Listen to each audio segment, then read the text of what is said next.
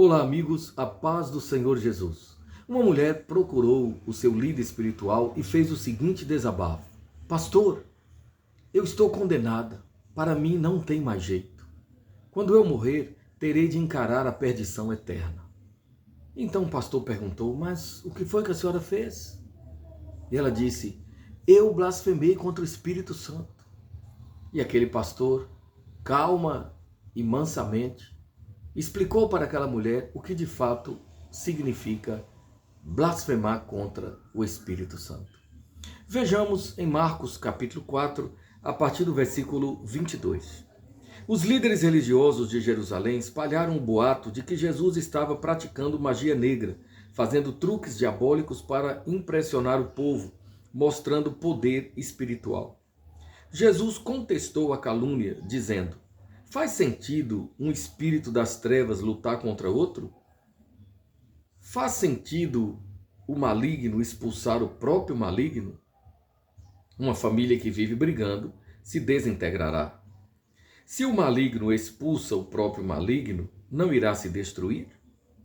Acham que é possível, em plena luz do dia, entrar na casa de um homem forte e acordado e roubar os seus bens sem antes amarrá-lo?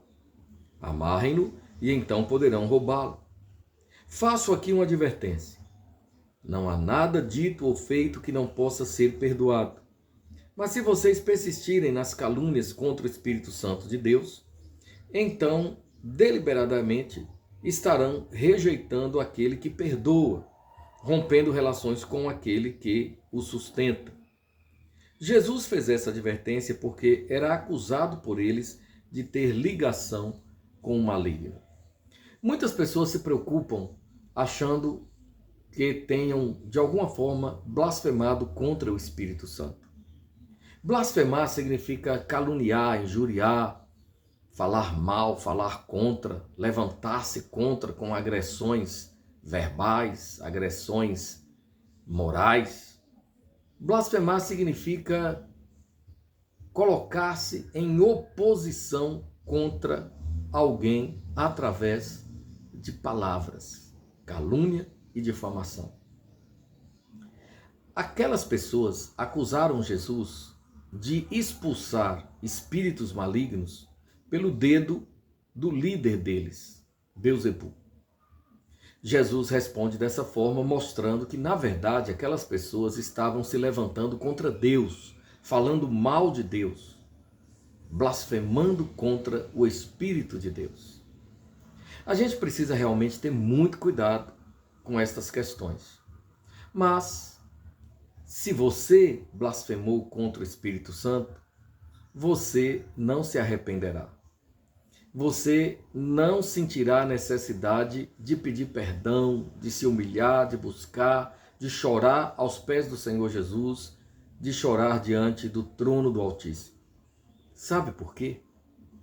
Porque blasfemar contra o Espírito Santo significa rejeitá-lo. E quando alguém rejeita deliberadamente o Espírito Santo, ele se afasta.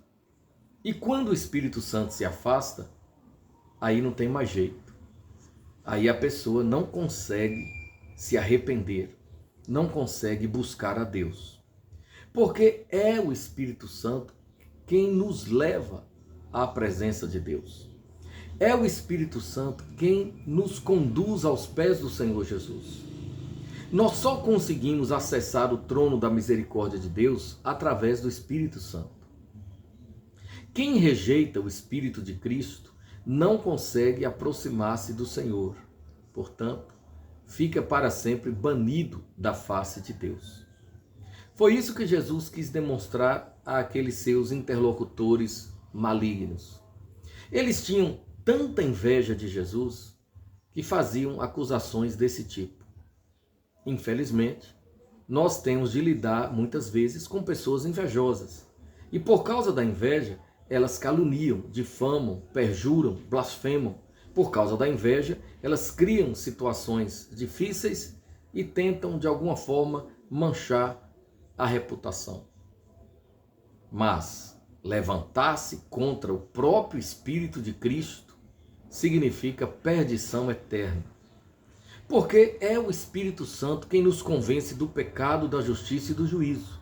Se nós rejeitamos deliberadamente a ação do Espírito Santo em nossos corações e nos levantamos contra ele através de blasfêmias, calúnia, difamação, oposição deliberada, certamente o Espírito Santo se afastará e assim nós não conseguiremos ter paz com Deus. É preciso ter muito cuidado.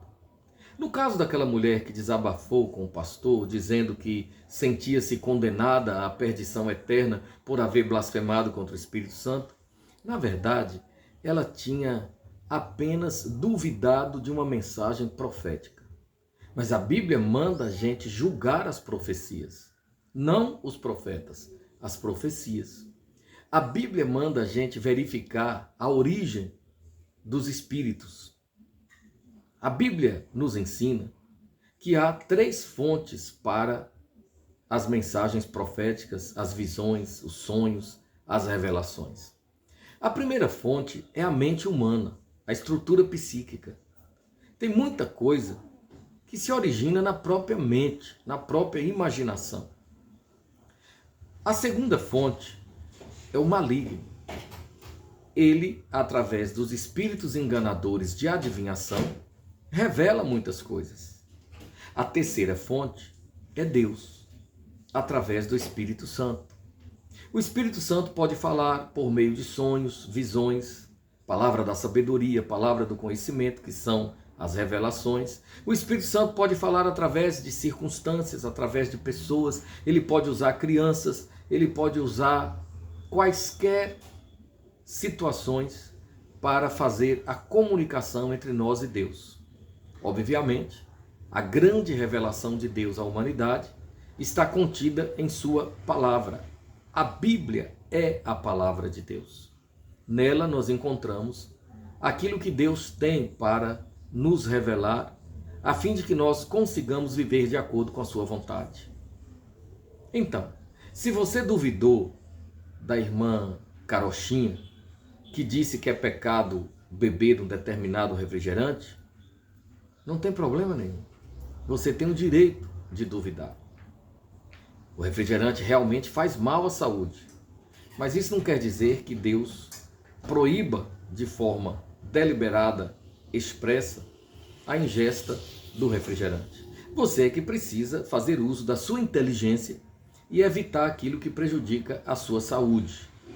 Não precisa o Espírito Santo usar alguém para revelar que aquilo é pecado e que se você continuar na prática de tal pecado, você estará correndo sérios riscos espirituais. Não é assim que funciona.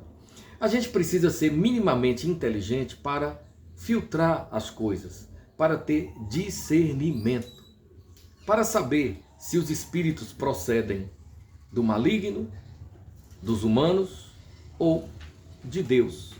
Essa é a linguagem do apóstolo João na sua primeira carta. O que na verdade João está dizendo é o seguinte: esse espírito que está falando é humano? É divino? É maligno? A gente precisa entender isso. E a gente consegue entender através da inteligência espiritual. Discernimento. Vamos pedir a Deus que nos dê discernimento, sabedoria, para que nós não sejamos como crianças levadas em volta por qualquer vento de doutrina. A gente precisa ter conhecimento da palavra para que não sejamos iludidos, enganados por pessoas que imaginam coisas, têm sonhos do próprio coração, têm visões da própria imaginação e depois dizem ser o Espírito Santo. Mas aquelas pessoas que de uma forma deliberada rejeitam a ação do Espírito Santo, a voz do Espírito de Cristo, essas pessoas não terão perdão por haverem rejeitado o único que pode nos conduzir aos pés do Redentor, o único que tem o poder de, através da palavra, nos convencer acerca do pecado, da justiça e do juízo. Muito cuidado. Jesus operava sinais, prodígios, maravilhas, expulsava espíritos malignos, e os religiosos invejosos diziam: ele faz isso pelo dedo do chefe, do maioral dos espíritos das trevas. E a resposta de Jesus foi contundente. Cuidado para você não atribuir ao maligno aquilo que vem claramente de Deus. Deus não deixa ninguém confuso. Deus não é Deus de confusão. Deus é Deus de paz. Quando Deus fala, Ele confirma no coração. Ele deixa claro. Ele faz com que a pessoa sinta paz em seu coração. Então, se você tem de lidar com situações complexas assim, entenda. Quando é Deus, Ele mesmo testifica. Se você é sincero, se você é um cristão verdadeiro, se você tem comunhão com o Senhor, e o Senhor quer falar com você através de outra pessoa, pelos dons espirituais, saiba, Deus vai testificar em seu coração. Ele não deixará você confundido. Eu repito, Deus não é Deus de confusão, é Deus de paz. Que o Senhor nos abençoe e aplique esta reflexão aos nossos corações.